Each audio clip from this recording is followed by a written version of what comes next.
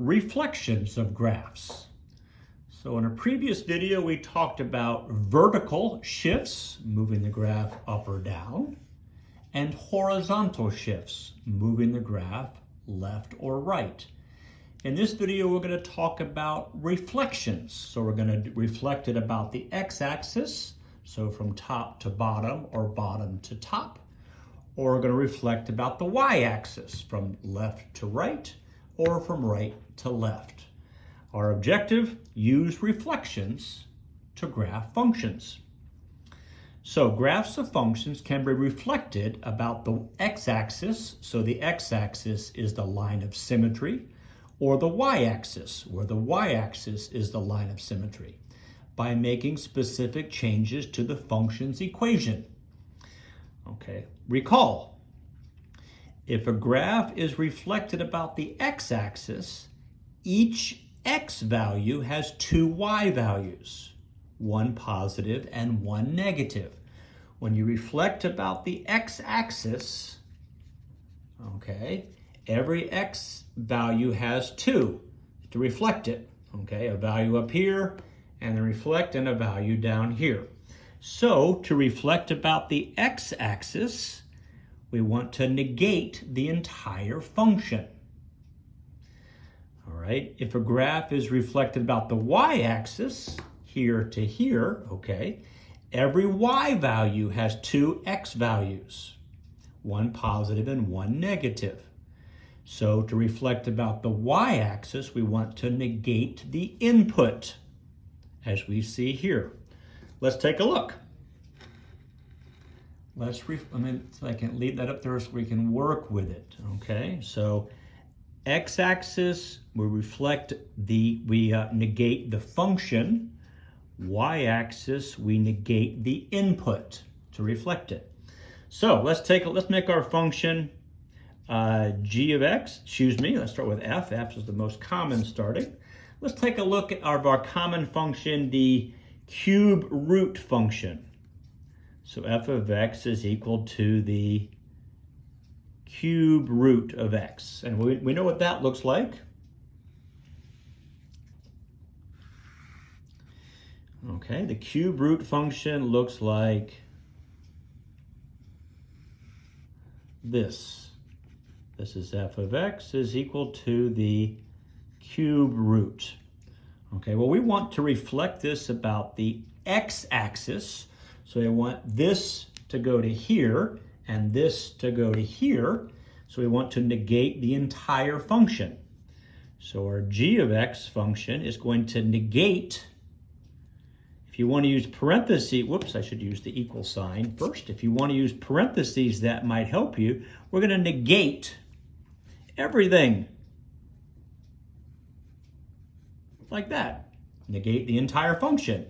And that's going to result in, and again, pardon me if it's not perfect, but we'll take a look at it on the graphing calculator.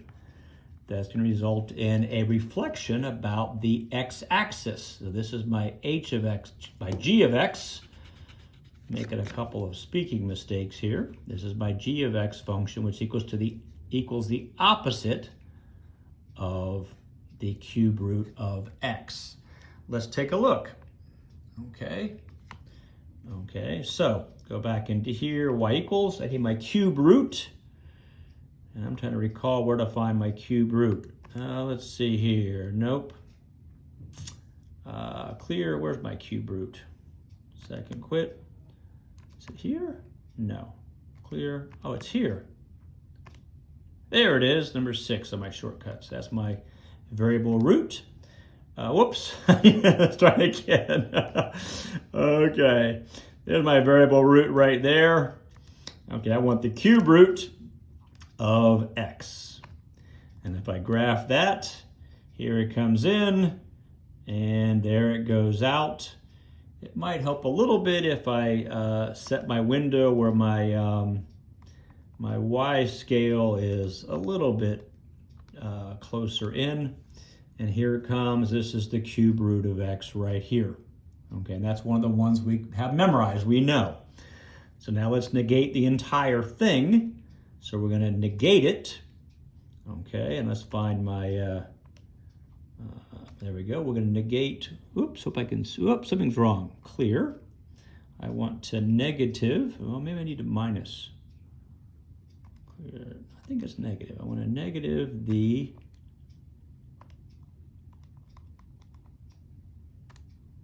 that's not working for some reason. Something's not happening. Let's do this.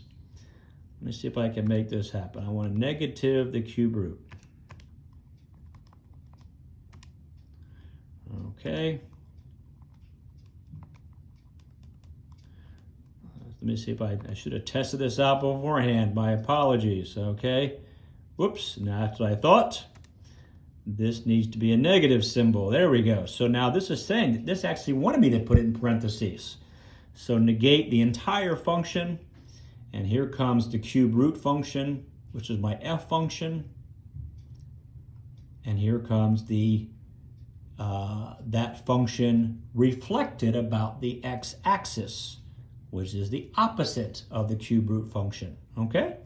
So that's there. That is reflecting about the x-axis. Now let's reflect about the y-axis. We want to negate the input. Okay? So we're going to use our square root function here. So let's have f of x be the square root of x. Okay, and we know what that looks like. The square root function looks like this. That's the square root function. F of x equals the square root of x. Remember, the domain, you can only put 0 or positives under a radical, under a radical to get a real number. So the domain is from 0 inclusive to positive infinity.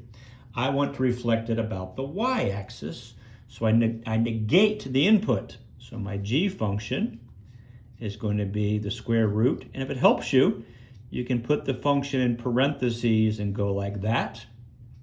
Okay, we're going to negate the entire input, and we should come up with the g function looking like this. This should be our g of x is equal to the square root of negative x. Let's take a look. So go back into y equals and hope that I can get this right this time. This is the square root function. Okay, square root of x, and well, let's see here, graph. There it is. Again, it's only valid. Its domain is 0 up to positive infinity. Now I want to reflect it about the y-axis. So I take the square root and I negate the input. Okay, and negate the input value. And here comes the reflection about the y-axis. Okay, so again, just a brief recap. If you want to reflect something, if you want to reflect it about the x-axis, you negate the entire function, and parentheses could help with that. If you want to reflect about the y-axis, you negate the input value or values. And a negative, parentheses can help with that as well.